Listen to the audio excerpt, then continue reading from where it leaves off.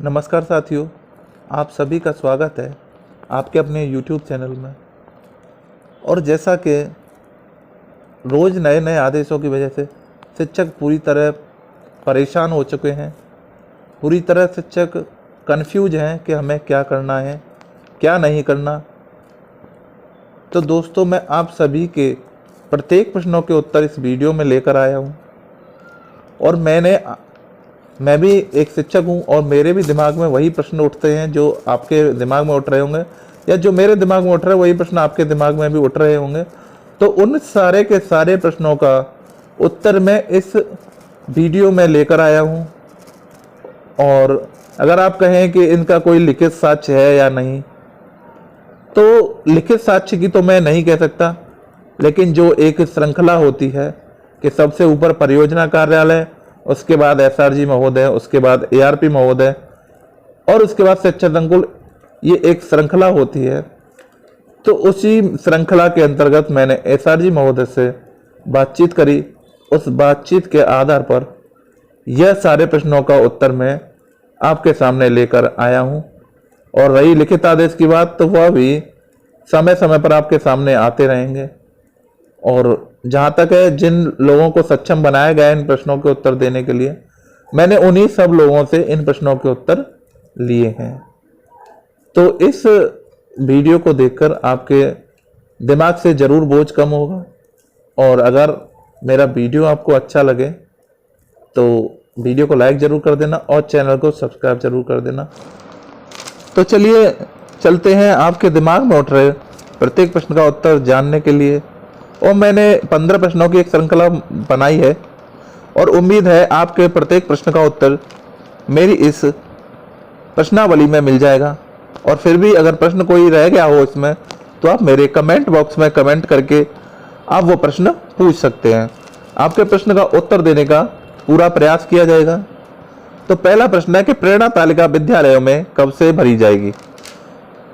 तो मैं बताना चाहूँगा कि जैसे समृद्ध कार्यक्रम हमारा 48 दिनों चलना है। सबसे पहले शून्य सप्ताह है, जो पहले एक सप्ताह का था। लेकिन जैसे जैसे प्रत्येक दिन प्रत्येक छात्र को नहीं आना, उस हिसाब से सारे छात्र एक हफ्ता के अंदर नहीं आ सकते, एक सप्ताह के अंदर नहीं आ सकते। तो जो ये शून्य सप्ताह है पूरे मार्च महीने में चलाया जाएगा। बच्चों का बेसलाइन आकलन भी इसी महीने में किया जाएगा। उसके बाद जब 1 अप्रैल से कक्षाएं प्रमोट होंगी, जब छात्र अपनी आगे वाली क्लास में पहुंच जाएगा, तो हम बच्चों का नाम प्रेरणा तालिका में दर्ज कर सकते हैं। प्रेरणा तालिका में हम बच्चों का नाम केवल दर्ज करेंगे, लेकिन उनकी दक्षताएं अगस्त माह से ही भरी जाएंगी। जब समृद्ध कार्यक्रम पूरा हो जाएगा, तब जाकर 1 अगस्त से प्रेरणा तालिका में विद्यार्थियों की दक्षता भरी जाएगी। हमारा दूसरा प्रश्न है शिक्षण योजना बनाए या न बनाए। तो यह भी प्रश्न काफी इंपॉर्टेंट है और इस प्रश्न का जवाब प्रत्येक शिक्षक को समझ नहीं आ रहा क्या करना है क्या नहीं करना। तो जैसा कि समृद्ध मॉड्यूल की जो किताबें हैं, समृद्ध मॉड्यूल जो हस्त पुस्तिका है जो समृद्ध, उसमें कक्षा 1 से लेकर 5 तक भाषा व गणित की शिक्षण योजनाएं दी गई हैं। यानी हमें पूरा हमारा कार्यक्रम इन 48 दिनों का समृद्ध हस्त पुस्तिका के अकॉर्डिंग ही चलेगा, समृद्ध हस्त पुस्तिका के अनुसार ही चलेगा। इसलिए हमें शिक्षण योजना भाषा व गणित की बनाने की कोई जरूरत नहीं है। और भाषा और गणित की पाठ्य योजना कक्षा 1 से 5 तक जो भी है वह समृद्ध हस्त पुस्तिका में मिल जाएंगी। लेकिन अन्य विषयों की जो पाठ्य योजना है वह हमें स्वयं तैयार करनी पड़ेगी और वह बनानी है। यानी कहने का अर्थ यह हुआ कि भाषा व गणित की पाठ्य योजना नहीं बनानी, भाषा व गणित की पाठ्य योजना बनानी है। और जो अन्य विषय बचते हैं, ईवीएस, संस्कृत, इंग्लिश, जो भी हुआ, उन सब की पाठ्य योजनाएं हमें स्वयं बनानी है। हमें जो पाठ्य योजनाएं हैं भाषा गणित की बनी बनाई मिल जाएंगी, अन्य विषयों की बनानी है। जो दूसरे प्रश्न का यह सार रहा तीसरा प्रश्न है शिक्षण योजना कब से बनाएंगे। तो हमें शिक्षण योजना भी तभी से बनानी है जब से सामान्य शिक्षण प्रारंभ हो जाएगा, और हमारा सामान्य शिक्षण भी 1 अगस्त से ही शुरू होना है, क्योंकि जुलाई तक जो हमारा ये कार्यक्रम समृद्ध है यह चलता रहेगा। उसके बाद और जो समृद्ध कार्यक्रम के अलावा हमारी ध्यानाकर्षण की कक्षाएं वह भी चलेंगी। तो यह सब कार्यक्रम जुलाई तक का है। तो जुलाई खत्म होने के बाद 1 अगस्त से हमें शिक्षण योजना बनाना शुरू करना है। इसके बाद चौथा प्रश्न है इन 48 दिनों का विवरण हम कैसे रखें। तो इन 48 दिनों में भी अलग अलग कक्षाएं बुलाई जा रही हैं, और पहले महीने में भी अलग अलग कक्षाएं ही बुलाई जाएंगी। तो जो इन 48 दिनों में विवरण रखने के लिए हमें एक अलग से रजिस्टर बना लेना है अपना। प्रत्येक शिक्षक अपना अलग बना सकता है, और अपनी रोज की कार्यविधि उसमें हम लिख सकते हैं। एक संक्षिप्त रूप में हम अपनी कार्यविधि उस रजिस्टर में मेंटेन कर सकते हैं, जिससे अगर कोई अधिकारी विद्यालय में अनुश्रवण करने आता है या कोई सपोर्टिव सुपरविजन में आता है, अगर वह पूछता है तो हम उसको वह रजिस्टर दिखा सकते हैं। और यह खुद की सहूलियत के लिए रजिस्टर है, ऊपर से कोई आदेश नहीं है कि इन दिनों की कार्य योजना में कुछ बनाना है या नहीं बनाना। यह खुद की सहूलियत के लिए एक 48 दिनों के कार्यक्रम की विवरण का हम बना सकते हैं, जिसमें खुद के पूरे 48 दिनों का विवरण हम रख सकते हैं। क्या जूनियर की कक्षाओं के लिए कोई लक्ष्य है? यह हम सभी को इस प्रश्न का उत्तर पता है कि जूनियर की कक्षाओं के लिए अभी कोई भी लक्ष्य नहीं बनाया गया है। मिशन प्रेरणा अभी जूनियर की कक्षाओं पर लागू नहीं है। फिर अगला प्रश्न आता है कि फिर जूनियर की कक्षाएं किस प्रकार संचालित होंगी। तो जूनियर की कक्षाएं भी पूर्व की भांति ही संचालित होंगी। जूनियर के कार्यक्रम में अभी कोई भी फेरबदल नहीं किया गया है, और न ही जूनियर का अलग से कोई निर्देश प्राप्त हुआ है। इसलिए जूनियर की जो कक्षाएं हैं वो पूर्व की भांति ही चलती रहेंगी। अगला प्रश्न है 31 मार्च तक हमें क्या करना है। तो यह भी, इस प्रश्न का उत्तर भी यही है कि बच्चों को जो अलग अलग एसओपी के अनुसार बुलाया जाएगा, किसी दिन कक्षा 1 और 3, किसी दिन कक्षा 1 और 5, और जो एसओपी तैयार किया गया उसी के अनुसार जो प्राइमरी की कक्षाओं का निर्धारण किया गया उसी के अनुसार बुलाना है। तो जो शून्य सप्ताह पैसे हमें जो 1 हफ्ते तक शून्य सप्ताह चलाना था, उसके बाद 48 दिनों का समृद्ध कार्यक्रम चलना था, उसी के अनुरूप हमें काम करना था। लेकिन जो आदेश हुआ है उसके अनुसार जो बच्चे हैं वो एक अलग अलग क्रमवार बुलाए जाएंगे। तो उसके अनुसार जो एक बच्चा है वो पूरे महीने में 3 या 4 बार ही विद्यालय आ पाएगा। इस वजह से 31 मार्च तक हमें शून्य सप्ताह का ही कार्य करवाना है, या हम अपनी तरफ से बच्चों को शून्य सप्ताह का आकलन करने के बाद अपने अनुसार बच्चों को प्रेरणा लक्ष्यों की ओर अग्रसर करने का प्रयास कर सकते हैं। लेकिन लिखित में जो ऊपर से आदेश हुआ है हमें उसी के अनुसार कार्य करना पड़ेगा, और जो हमें लिखित में जो काम है वह हमें कंप्लीट रखना पड़ेगा। उसके अलावा हम अपने स्तर से कैसे भी कक्षाएं चला सकते हैं, लेकिन पूरा जो हमारा पूरा लक्ष्य रहना चाहिए वह केवल प्रेरणा लक्ष्य रहना चाहिए। वही हमारी सबसे बड़ी प्राथमिकता रहनी चाहिए। अगला प्रश्न है 31 मार्च को क्या करना है। तो जी हाँ, 31 मार्च को हमें बच्चों का प्रगति पत्र वितरित करना है, और प्रगति पत्र बच्चों को वितरित करने के बाद बच्चों को अगली कक्षा में फिर अगले दिन प्रमोट कर देना है। तो 31 मार्च का काम यही है कि बच्चों की कक्षा उन्नति करके बच्चों को प्रगति पत्र वितरित कर देने हैं। अगला प्रश्न है 1 अप्रैल को क्या करना है। तो 1 अप्रैल को भी हम बच्चों के जो पंचिका में है उनके नाम अगली क्लास में हम उनको कक्षा उन्नति दे देंगे, उनकी कक्षाओं की उन्नति कर देंगे। बच्चे अगली क्लास में जब पहुंच जाएंगे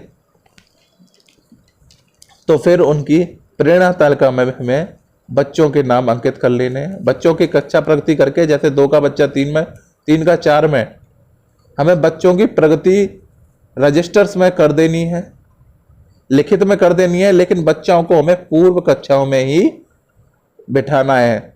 बच्चों को हमें प्रगति करने के बाद भी पूर्व की कक्षाओं में ही बिठाना है, और जब तक उनको अगली कक्षा में प्रमोट नहीं करना है, जब तक यह जो 48 दिनों का समृद्ध कार्यक्रम पूरा नहीं हो जाता है। यह 48 दिनों का समृद्ध कार्यक्रम जब पूरा हो जाएगा, उसके बाद बच्चों को उनकी अगली कक्षाओं में बिठा दिया जाएगा। हमें रजिस्टर्स में कक्षाएं पूरी कर देनी है, उनकी क्लास बढ़ा देनी है, लेकिन बच्चे पूर्व की भांति ही पहली ही कक्षाओं में बैठेंगे। अब कक्षा 5 के बच्चे जो प्रमोट होकर जाएंगे उनका क्या, और जो हमारे यहाँ बच्चे आएंगे उनका क्या करना है। तो कक्षा 5 के बच्चे जो प्रमोट होकर जाएंगे, अगर वह किसी अन्य विद्यालय में जा रहे हैं प्राइवेट में, तो उनको टीसी देकर वहाँ से हमें विदा करने का काम है। लेकिन अगर वह आगे, अगर आपके यहाँ जूनियर विद्यालय संचालित है, अगर वहाँ जा रहा है तो वहाँ हम टीसी दे देंगे, और टीसी देने के बाद बच्चे को समृद्ध कार्यक्रम चलने तक अपने कक्षा 5 के ही बच्चों को बिठाया जाएगा। जैसे 5 का बच्चा 6 में जाता है तो 5 में ही बिठाया जाएगा, जब तक जो समृद्ध कार्यक्रम है वह पूरा नहीं हो जाता। तो यह प्रश्न आपका क्लियर हो गया होगा कि बच्चे 5 के जो प्रमोट होकर जाएंगे उनका क्या करना है। अगर हमारे यहाँ कोई बच्चा 4 में एडमिशन लेता है, 4th क्लास में अगर हमारे यहाँ कोई बच्चा आता है, तो उस बच्चे को हमें उसकी दक्षता के अनुसार, अगर वह 4 का प्रेरणा लक्ष्य हासिल करता है तो उसी में बिठा सकते हैं, अगर नहीं करता तो उसे कक्षा 3 में हम बिठाएंगे। नए विद्यार्थी को कहाँ बिठाना है, मान लीजिए हमारे यहाँ कोई नव प्रवेशी बच्चा आता है कक्षा 1 में, तो कक्षा 1 में जो हमारा बच्चा बैठेगा उसे जो अप्रैल माह में जो क्लास 2 बन जाएगी, और जो नवीन प्रवेश बच्चे हैं वह दोनों बच्चे एक ही जगह बैठेंगे। तो जो आगे बच्चे पहुंचेंगे, बच्चों की क्लास, यह काफ़ी ध्यान रखने योग्य बात है कि बच्चों की क्लास रजिस्टर्स में प्रमोट होंगी, बच्चा पूर्व कक्षा में ही बैठेगा। क्या 48 दिनों के कार्य को शिक्षक डायरी में अंकित करना है? जी नहीं, 48 दिनों के कार्य को शिक्षक डायरी में हमें अंकित नहीं करना है।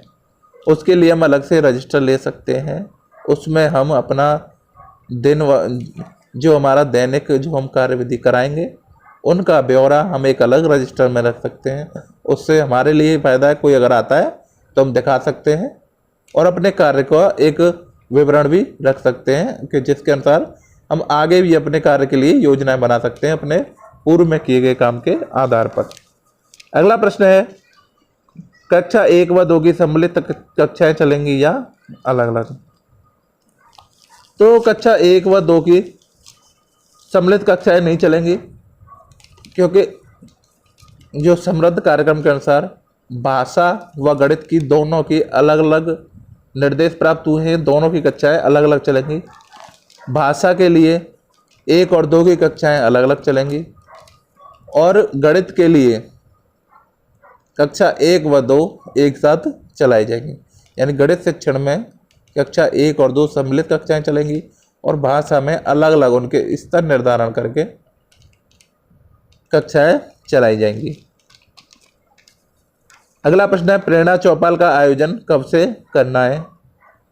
तो प्रेरणा चौपाल का आयोजन 1 मार्च हमारे यहाँ शुरू हो चुका है। 1 मार्च से सभी प्राथमिक विद्यालयों के लिए प्रेरणा चौपाल लगाने के आदेश आ चुके हैं, और अपने आसपास में जितना बड़ा क्षेत्र है उसी के हिसाब से अलग अलग प्रेरणा चौपाल लगाई जा सकती हैं।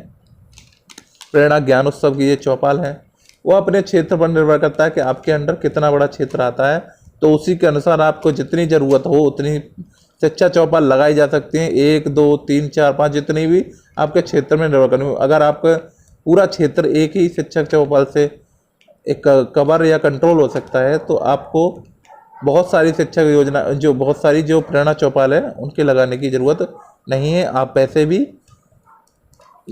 वैसे भी स्कूल के बाद या पहले मिलने पर, अगर आपका क्षेत्र छोटा है तो आप वैसे भी अभिभावकों को जागृत कर सकते हैं और लोगों के बीच में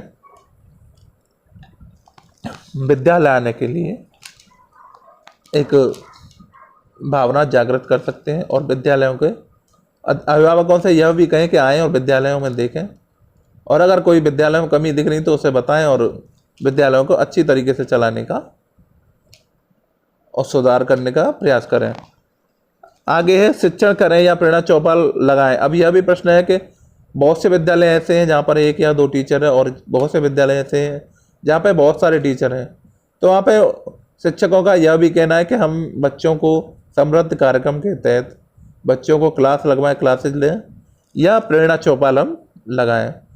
तो इस प्रश्न का उत्तर भी मैंने अपने एक आरपी महोदय से पूछा, तो उनका कहना था कि प्रेरणा चौपाल, जैसे मान लीजिए किसी विद्यालय में 5 शिक्षक है तो 3 शिक्षक अपनी क्लास ले सकते हैं, शिक्षण कार्य करवा सकते हैं, और 2 शिक्षक शिक्षा चौपाल लगा सकते हैं। शिक्षक प्रेरणा चौपाल बच्चे 2 शिक्षक लगा सकते हैं। अन्यथा ऐसा भी है कि अलग अलग कक्षाएं आनी है तो एक शिक्षक एक दिन क्लास में रह सकता है, अगले दिन वह चौपाल लगवा सकता है, अगले दिन कोई शिक्षक क्लास ले सकता है, या अगले दिन कोई चौपाल लगवा सकता है। ऐसे ही हमें साइमल्टेनियसली वर्क करना पड़ेगा, और व्यवस्थाएं मैनेज तो करनी ही पड़ती हैं। बेसिक के शिक्षक को प्रत्येक व्यवस्थाएं मैनेज करने का अंदाज़ा होता है और अपने वह दिमाग का इस्तेमाल करके प्रत्येक व्यवस्था को मैनेज कर लेता है। अपने शिक्षण पर ध्यान दें, ज़्यादा आदेशों से परेशान होने की ज़रूरत नहीं है। अपने लिखित के सारे कार्य, जो भी लेखन, जो भी रजिस्टर्स के कार्य हैं, उन सब कार्यों को पूरा रखें, और अपना पूरा ध्यान बच्चे को प्रेरणा लक्ष्य हासिल करवाने पर लगाएं। ज़्यादा आदेशों से डरने की ज़रूरत नहीं है। जो अपना कार्य है, हमारा शिक्षण करने का कार्य है, उस कार्य में हम पूरे मनोव्रत के साथ लगे रहें और अपना कार्य करते रहें। वीडियो बस इतना ही था। अगर वीडियो मेरा अच्छा लगा हो तो आप लाइक कर सकते हैं और दोस्तों के साथ शेयर कर सकते हैं। बहुत मेहनत से वीडियो बनी है, तो वीडियो को लाइक ज़रूर करें, और वीडियो देखने के लिए बहुत बहुत धन्यवाद। चैनल को सब्सक्राइब करना न भूलें। चैनल को सब्सक्राइब ज़रूर करें, क्योंकि आपके लिए ही मैं तत्पर हूँ, आपके ही हेल्प करने के लिए मेरा चैनल बना है। तो शिक्षकों के लिए ही मेरा चैनल है, और हमेशा यह चैनल मेरा शिक्षकों के लिए ही रहेगा। धन्यवाद।